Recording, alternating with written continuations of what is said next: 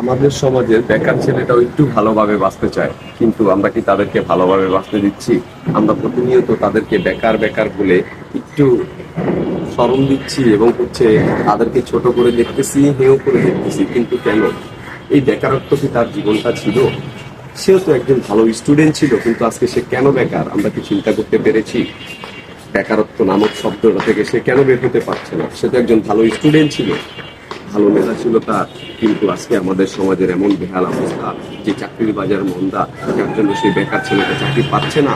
তার বিয়ের বয়স পার হয়ে যাচ্ছে, সে মেয়ে বাড়িতে মেয়ে দেখতে যাচ্ছে, কিন্তু মেয়ের পরিবার থেকে তাকে বলতেছে ছেলে তো বেকার, ছেলের কাছে মেয়ে দেবে না।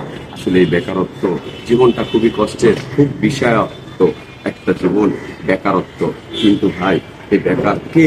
এই বেকার হচ্ছে আমার ভাই, না হলে আমার কোনো আত্মীয় স্বজন, আপনার কোনো আত্মীয় স্বজন। কিন্তু এই বেকারত্বের জন্য এই সমাজে আমরা কি করতেছি? আমরা কিন্তু কিছু করতেছি না। আমরা দিব্যি নিজেরা ভালোভাবে চলতেছি, কিন্তু বেকারত্বের জন্য কোনো শব্দ আমরা উঠাচ্ছি না। আজকে চাকরির বাজারে গিয়ে চাকরির জন্য বলতেছি, চাকরি হচ্ছে না। কেন হচ্ছে না চাকরিটা, সেটা কি আমরা একবার চিন্তা করে দেখেছি? আমরা কি পারি না এই সমাজের মানুষরা যারা বেকার আছে তাদেরকে একটু কর্মসংস্থানের ব্যবস্থা করে দেওয়ার জন্য? অবশ্যই আমরা পারি, কিন্তু আমরা চেষ্টা করব না, কারণ আমরা নিজেরা ভালো থাকতে চাই, অন্যকে ভালো রাখতে চাই না। এটা হচ্ছে আমাদের সমাজের অবস্থা।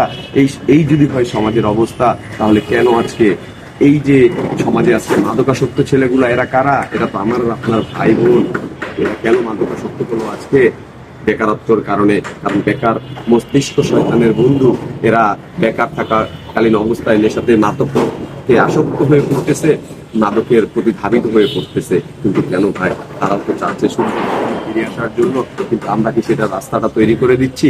একটু চিন্তা করে দেখবেন, আমরা কিন্তু রাস্তাটা তৈরি করে দিচ্ছি না, বরঞ্চ তাদেরকে সব জায়গাতে ছোট করে দেখতেছি এবং প্রতিপূর্ণ করতেছি। আমাদের চেষ্টা করতে হবে ভাই এই সমাজে যে যারা বেকার আছে তাদেরকে ছোট্ট করে একটু কর্মসংস্থানের ব্যবস্থা করে দেওয়ার জন্য। তাহলে তাদের পরিবার পরিজন নিয়ে তারা ভালো থাকতে পারবে।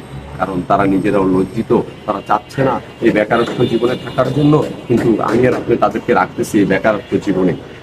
আসুন আমরা সবাই মিলে চেষ্টা করি যারা বেকার আছে তাদেরকে একটু করে কর্মসংস্থানের ব্যবস্থা করে দেওয়ার জন্য। সবাইকে অসংখ্য ধন্যবাদ করার জন্য। আমার ভিডিওটা ভালো লাগলে একটু শেয়ার করে অন্যকে দেখার সুযোগ করে দিবেন।